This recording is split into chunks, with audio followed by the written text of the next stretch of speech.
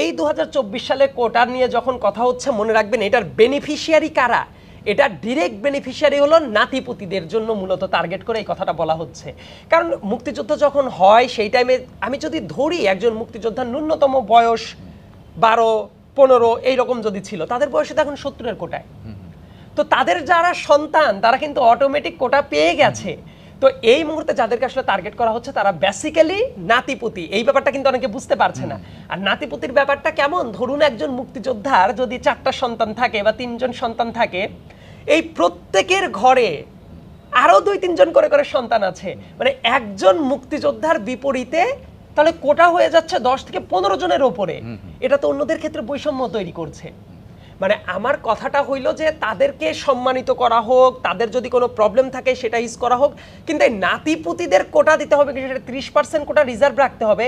আমার কাছে মনে হয় এটা ঢালাওভাবে আসলে আমাদের মহান মুক্তিযোদ্ধাদের প্রতিও একটা অবমাননাকর ব্যাপার। কারণ যারা দেশ স্বাধীন করেছিল, অবদান রেখেছিল, যারা অস্ত্র হাতে তুলে নিয়েছিল, তারা কি এই কোটা পাবে তাদের নাতিপুতি? এই উদ্দেশ্যে দেশকে স্বাধীন করেছিল। অনেক বড় বড় রুই কাতলা টাইপ লোক পাবেন যারা মুক্তিযোদ্ধার সার্টিফিকেট নেওয়ার জন্য আবেদন করেছে, দেখা গেছে না তারা আসলে কোনো অবস্থাতেই যোগ্য না। ভুয়া মুক্তিযোদ্ধা নাই। কারণ কি জানেন, এই যে এত হোলসেল প্যাকেজ পাওয়া যায়, মানে একটা সার্টিফিকেট দিয়ে তার 2 প্রজন্মের নাতিপুতি উভয় কুলের, মানে ছেলের কুলের মেয়ের কুলের সবই সেটেল হয়ে যাচ্ছে। এটা কখনো হতে পারে যে 100, যদি আমি মূল ব্যাপারটা 100% ধরি, মুক্তিযোদ্ধা কোটা 30%, নারী কোটা 10%, জেলা কোটা 10%, তারপর প্রতিবন্ধী কোটা আছে, নৃতাত্ত্বিক গোষ্ঠী কোটা আছে, মানে 56% চলে যায় কোটায় আর 44% মেধায়। এটা একটা দেশের কখনো যৌক্তিক কোনো সিস্টেম হইতে পারে না। 2018 সালে যখন প্রথমবার কোটা সংস্কার আন্দোলন হয়, আমি নিজেও তখন বিশ্ববিদ্যালয়ের স্টুডেন্ট ছিলাম। আমাদের আন্দোলনেরও ভাষ্য কিন্তু ছিল আমরা কোটা সংস্কার চাই, আমরা কিন্তু 100% বাতিল চাইনি। তো বর্তমানেও আসলে যারা দেখলাম যারা আন্দোলন করছে তাদেরও কিন্তু ভাষ্য এটা, তারা কি চায়, তারা সংস্কার চায়। মানে যৌক্তিকভাবে সেটাকে সংস্কার করে এমন জায়গায় নিয়ে আসা হোক যাতে মেধার অবমূল্যায়ন না হয়। এবং আরেকটা ফ্যাক্ট আছে, আমাদের দেশে একটা কোটা, যে ব্যাপারটা নিয়ে আসলে কেউই খুব একটা কথাবার্তা বলে না। তো আমি রিসেন্টলি এই ব্যাপারটা নিয়ে আমি ভিডিও কন্টেন্ট বানিয়েছিলাম। একটা কোটা মানুষ কতবার ব্যবহার করবে খেয়াল করে দেখেন। একজন ভদ্রলোক সে এই কোটাটা দিয়ে ইউনিভার্সিটিতে ভর্তির টাইমে ইউজ করছে, সরকারি চাকরি পাওয়ার ক্ষেত্রে ইউজ করছে, তার প্রমোশনের ক্ষেত্রে ইউজ করছে। তার মানে সে কি বারবার করে সে অনগ্রসর জাতিগোষ্ঠী? এই কোটাটার ইউজ যদি হতেও হয় তাহলে ওই যে ফার্স্ট জেনারেশনের জন্য সেটা কিভাবে ইউজ হতে পারতো, যে একটা কোটা মানুষ একবারই ব্যবহার করতে পারবে। ধরুন মিস্টার এক্স, সে যদি তার বিশ্ববিদ্যালয়ে ভর্তির টাইমে কোটাটা ইউজ করতো, সে আর এই কোটাটা চাকরির ক্ষেত্রে ব্যবহার করতে পারবে না, প্রমোশনের ক্ষেত্রে ব্যবহার করতে পারবে না, এমনকি তার পরিবারের অন্য কেউ ব্যবহার করতে পারবে না। কিন্তু এই কোটাটা তো মানে একের পর এক একই কোটা মাল্টিপল টাইমস ব্যবহার করা হচ্ছে। আবার একটা পরিবারের একটা ছেলেকে ধরেন যখন কোটাটা দেওয়া হলো, ওই পরিবারকে তো অ্যাজ এ হোল আপনি মূল স্রোতে নিয়ে আসলেন। তো একটা পরিবারে একজন কোটা পাইতে পারে, ওই পরিবারের যতজন আছে তারা কিভাবে কোটা পায়? সো এইটা এতদিন যেভাবে প্রয়োগ হয়ে আসছিল সেই জায়গাতেও লুপহোল আছে। সো এইভাবে যদি কোটার ভিত্তিতে এতজন যদি নিয়োগ পেয়ে যায়, এটা আসলে মেধাবীদের প্রতি অবমূল্যায়ন, অবিচার, এবং দেশের জন্য এটা তো ভালো কিছু বয়ে আনে না। একজন মানুষ যোগ্য, সে ওই জায়গাতে যেতে পারছে না, আর একজন মানুষ কম যোগ্যতা নিয়ে সেই বড় চেয়ারে বসে পড়ছে, এতে তো দেশের সিস্টেম কলাপস করবে। সো মানুষ যদি অ্যাসপিরেশন যদি না পায়, আপনারা সবাই মিডিয়ার বুকে এবং অনেকেই এটা বলার চেষ্টা করে ব্রেন ড্রেইন হয়ে যাচ্ছে, বাইরে চলে যাচ্ছে, এই দেশের প্রতি মমতা নাই, থাকবেটা কখন? আপনি যদি নিজের মূল্যায়নটাকে না খুঁজে পান, এবং এটা কিন্তু রুটি রুজির আন্দোলন, আপনার পেটের সাথে জড়িত সরাসরি। সো এই জায়গায় আপনি যখন অবমূল্যায়নের শিকার হবেন, তখন তো আপনার পেট বাঁচানোর জন্যই আপনার দেশের বাইরে চলে যাবে। তো তরুণদেরকে শুধু দোষ দেওয়া হয়, কিন্তু কেন যাচ্ছে, সেই সিস্টেমটার গলত কোথায়, সেই সিস্টেমটা কিন্তু আইডেন্টিফাই অনেকে করতে চায় না। আমার কাছে মনে হয় এটাও কিন্তু একটা ব্রেন ড্রেইনের অন্যতম একটা কারণ। মূল ব্যাপারটা কি জানেন? মূল ব্যাপারটা আসলে কে সরকারে আসলো, এ দল বি দল সি দল, এটা দিয়ে রাষ্ট্র চলে না। রাষ্ট্র চলে রাষ্ট্রের প্রতিষ্ঠানগুলো কতটা শক্তিশালী। ধরেন ইলেকশন কমিশন, মানবাধিকার কমিশন, দুর্নীতি দমন কমিশন, প্রত্যেকটা প্রতিষ্ঠান এত শক্তিশালী হবে যে দেশে যারাই থাকুক না কেন, এই প্রতিষ্ঠানগুলো সবার কাছে দায়বদ্ধতার জায়গাটা অর্জন করে নিয়ে আসবে। এবং এই প্রতিষ্ঠানগুলোতে কারা বসে? নিশ্চয়ই যারা চাকরি করে এই যে বসে তারা, সো এই জায়গাগুলোতে যদি আপনি অযোগ্য লোককে নিয়োগ দেন, তারা তো বাই ডিফল্ট কারাপ্টেড সিস্টেমের অংশ হয়ে যাবে। এই সিস্টেমটা তো কোনোদিন চেঞ্জ হবে না। সো এই দেশটাকে যদি ভালো রাখতে হয় অবশ্যই মেধাবীদের মূল্যায়ন করতে হবে, এইটা একদম নাম্বার 1 ডিমান্ড, এরপরে বাকি অন্য।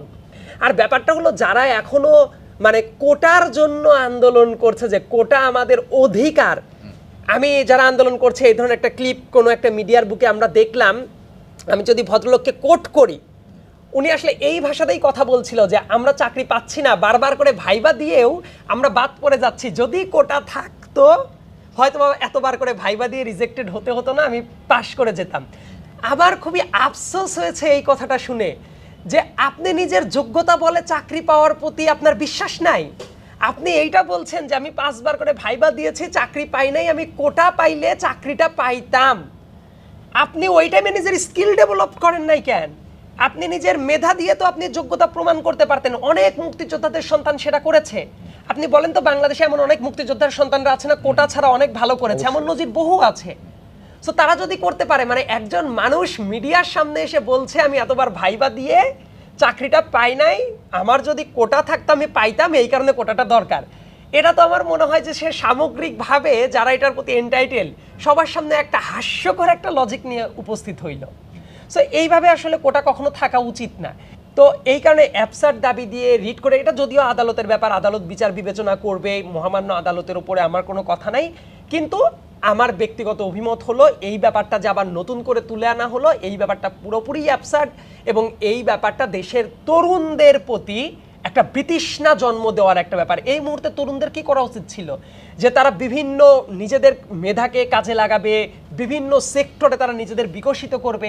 সেই জায়গায় এই লক্ষ লক্ষ তরুণ দেশের প্রত্যেকটা ইউনিভার্সিটি তারা তো হতাশ হয়ে পড়ছে। তো একটা দেশের তরুণরা যখন হতাশ হয়ে পড়ে সেই দেশ তো অটোমেটিক জীর্ণতায় ছেয়ে যায়। তো সেই কাজটাই তো করা হচ্ছে। এটা কি দেশের জন্য লং টার্মে ভালো কিছু হচ্ছে? আমার মনে হয় না। এই মুহূর্তে সরকারি চাকরিতে কোনো কোটা থাকার প্রয়োজনীয়তা আছে বলে আমি মনে করি না। তবে অন্যরা যে জায়গায় কেউ কেউ বলার চেষ্টা করে যে 100%ই মেধার ভিত্তিতে নিয়োগ হওয়া দরকার, এই জায়গায় আমার সামান্য একটা রিজার্ভেশন আছে। সেই রিজার্ভেশনটা হলো বর্তমান প্রেক্ষাপট যেটা আছে, এই প্রেক্ষাপট বিবেচনা করে সর্বোচ্চ 5% কোটা সেটা থাকতে পারে, কিন্তু সেই কোটাটা হওয়া উচিত কাদের জন্য? অবশ্যই যে প্রতিবন্ধী কেউ আছে কিংবা পাহাড়ি যারা আছে, মানে ক্ষুদ্র নৃগোষ্ঠী যারা আছে তাদের জন্য। এর বাইরে অন্য কারো জন্য আসলে কোনো কোটা থাকা উচিত না। তো আমার ক্যাপাসিটিতে যেটা আসে যে সর্বোচ্চ এই দুইটা বিশেষ ক্ষেত্রে 5% কোটা থাকতে পারে, কিন্তু অন্য কোনো ক্ষেত্রেই, কোনো সরকারি চাকরির ক্ষেত্রেই কোনো কোটা থাকা উচিত না। যারা আসলে বলছে যে আমাদের কোটাটা হলো অধিকার, এই কথাটাই তো ভুল। কোটাটা কারো অধিকার না, কারণ আপনি সংবিধান তন্ন তন্ন করে খুঁজেও এইটা পাবেন না যে কোটাটা কারো অধিকার। আমি যদি বাংলাদেশ সংবিধানের কয়েকটা আর্টিকেল ইন পার্টিকুলার আমি যদি বলি, বাংলাদেশের সংবিধান যেটা আছে তার 19-1 যে জায়গায় বলা আছে সকল নাগরিকের জন্য সুযোগের সমতা নিশ্চিত করিতে রাষ্ট্র সচেষ্ট হইবেন। তারপরে আমি যদি আর্টিকেল আর একটা 27-কে যদি একটু কোট করি, তারপর 28-কে যদি একটু কোট করি, আমাদের আর্টিকেল যেটা আছে, ইনফ্যাক্ট 29-1 যেটা আছে, এই প্রত্যেকটা আর্টিকেলের নোশন যেটা, সেটা হলো যে প্রজাতন্ত্রের কর্মে নিয়োগ বা পদ লাভের ক্ষেত্রে সকল নাগরিকের জন্য সুযোগের সমতা থাকবে, কারো পর কোনো বৈষম্য করা যাবে না। মানে প্রত্যেকটা যে আর্টিকেলগুলো আমি কোট করলাম এগুলার ভাষ্য হলো কোনো ধরনের কোনো বৈষম্য থাকতে পারে না। কোটা ইটসেলফ ইজ এ বৈষম্য সৃষ্টিকারী জিনিস। তার মানে আমি যদি সংবিধানের দিকে তাকাই তাহলে কোটা থাকাটা যুক্তিসঙ্গত না। এই জায়গায় আবার আরেকটা কথা আছে, কিন্তু আমাদের সংবিধানের ভেতর কি কোটা থাকার কোনো স্পেস আছে বা স্কোপ আছে? উত্তর হলো আছে। সেটা কোথায়? আমাদের এই সংবিধানের ভেতরে যদি আপনি একটু তাকান তাহলে 28-এর 4 নাম্বার আর্টিকেল যেটা আছে, 28-4 এবং 29-এর 3-এর ক, এই দুইটা আর্টিকেল যদি দেখেন, আমি 28-এর 4টা একটু পড়ার চেষ্টা করছি। নারী বা শিশুদের অনুকূলে কিংবা নাগরিকদের যে কোনো অনগ্রসর অংশের অগ্রগতির জন্য বিশেষ বিধান প্রণয়ন হইতে এই অনুচ্ছেদের কোনো কিছু রাষ্ট্রকে নিবৃত্ত করিবে না।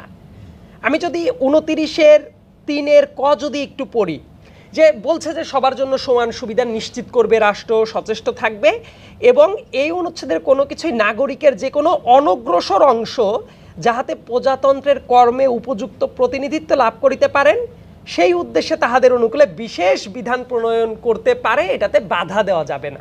মানে এই দুইটা আর্টিকেলের নোশন হইল সরকার ইচ্ছা করলে কোটা দিতে পারে। কাদেরকে? আমি যদি সংবিধানের এক্স্যাক্ট শব্দটা বলি সেটা হলো অনগ্রসর কোনো অংশের জন্য। তার মানে কাউকে কোটা দেওয়ার জন্য এইটা খুবই ইনএভিটেবল ব্যাপার যে তারা কাদেরকে দিতে পারে, সবাইকে না, অনগ্রসর কোনো গোষ্ঠীকে। এবং সেই অনগ্রসর গোষ্ঠীর ভেতরেও টুকটাটাকটি দুই একটা ব্যাপার বলা আছে, যেমন নারী বা শিশু হইতে পারে কিংবা অন্য কোনো গোষ্ঠী যারা অনগ্রসর। তো এই জায়গাতেই কিন্তু একটা ইন্টারেস্টিং ব্যাপার আছে। যেমন মুক্তিযোদ্ধা কোটা নিয়ে অনেক কথাবার্তা হচ্ছে, তো একটা আর্টিকেলের ভেতরেও আমি একদম চ্যালেঞ্জ করে বলছি, আমাদের সংবিধানের প্রত্যেকটা আর্টিকেল তন্ন তন্ন করে খুঁজলেও আপনি এটা পাবেন না যে এইভাবে গ্যারান্টেড কোটা দেয়া আছে। এবং এই দুইটা আর্টিকেল যেটা আমি রেফার করলাম, কোটা যেটা দেওয়া যায় সেটা কিন্তু কেমন, মানে পারমিসিভ ব্যাপার। আপনি দিতে পারেন, দিলে অন্য কেউ আপনাকে বাধা দিবে না, এই সংবিধান বাধা দিবে না।